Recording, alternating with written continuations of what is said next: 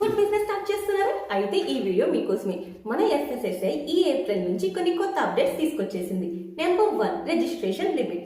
ఇంతకు ముందు మీ estimated annual turnover 12 lakhs కన్నా తక్కువ ఉంటే ఫుడ్ రిజిస్ట్రేషన్ కావాలి. అదే 12 lakhs కన్నా ఎక్కువ ఉంటే ఫుడ్ లైసెన్స్ కావాలి. కానీ ఇప్పుడు దాన్ని ఒక్కసారిగా 1.5 crore లిమిట్ చేశారు. ఎస్, మీ estimated annual turnover 1.5 crores కన్నా తక్కువ ఉంటే మీకు ఫుడ్ రిజిస్ట్రేషన్ చాలు.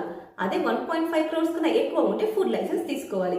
ఇక్కడే మీకు చాలా డబ్బులు సేవ్ అయిపోతుంది. ఇప్పుడు రిజిస్ట్రేషన్స్ ఎవరికి? చిన్న చిన్న క్లౌడ్ కిచెన్స్ కి, హోమ్ బేకర్స్ కి అండ్ 1.5 crores కన్నా తక్కువ ఉన్న వాళ్ళకి. లైసెన్స్ ఎవరికి? 1.5 crore కన్నా ఎక్కువ అండ్ అప్ టు 50 crores వాళ్ళకి. వీళ్ళకు కూడా 50 crores లోపు ఉంటే స్టేట్ లైసెన్స్ ఇస్తుంది. అదే 50 crores కన్నా ఎక్కువ ఎస్టిమేటెడ్ యాన్యువల్ టర్న్ ఓవర్ ఉంటే మాత్రం సెంట్రల్ లైసెన్స్ ఇస్తుంది.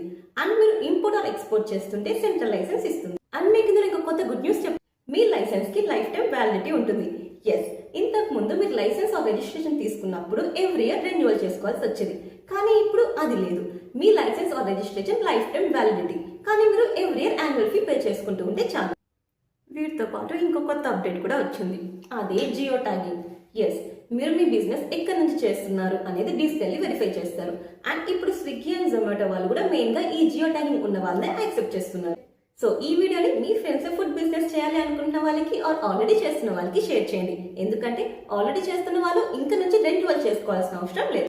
ఇలాంటి మరిన్ని అప్డేట్స్ కోసం ఫాలో అవ్వండి కేబిటిఆర్ అసోసియేట్.